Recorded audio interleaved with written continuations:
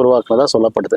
அதை விட பெரிய விஷயம் என்ன பார்த்தீங்கன்னா தத்து கொடுக்குறதுன்னு சொல்லுவாங்க. அப்படின்னு பார்த்தீங்கன்னா பொதுவாக நம்ம ஒரு தத்து எடுக்கிறது, நம்ம ஒரு குழந்தைய வாங்குறதுன்னா அடாப்ஷன் சொல்லுவாங்க. அப்படி ஒரு முனிவர் ஒருத்தர் இருக்காரு, தத்தாத்ரேயா. அவர் பேரே தத்தாத்ரேயா.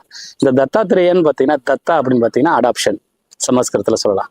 இந்த தத்தாத்ரேயா பார்த்தீங்கன்னா உங்களுக்கு வந்து இவரை உருவாக்குறது பார்த்தீங்கன்னா நம்மளோட மிகப்பெரிய கடவுள் 3 பேருமே, அதாவது பிரம்மனா இருக்கட்டும், விஷ்ணுவா, அப்புறம் சிவன், இவங்க 3 பேர் சேர்ந்துதான் இவரை வந்து உருவாக்குறாங்க. இவரை உருவாக்கி கொண்டு வர்றது இதுதான். அதனாலதான் அவருக்கு பேரே தத்தாத்திரேயான்னு வச்சோம். அடாப்ஷன் சைல்டு அப்படின்றக்காண்டி வச்சிருப்பாங்க. இதுதான் மெயினான காரணம்.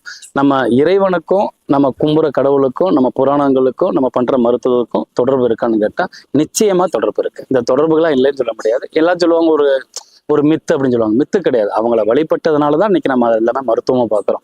முருகன் இல்லைன்னா, முதற்கண் கடவுள் இல்லைனாலும் நம்ம எதுவும் பண்ண போறது கிடையாது. எல்லாருமே விட்டுருக்காங்க.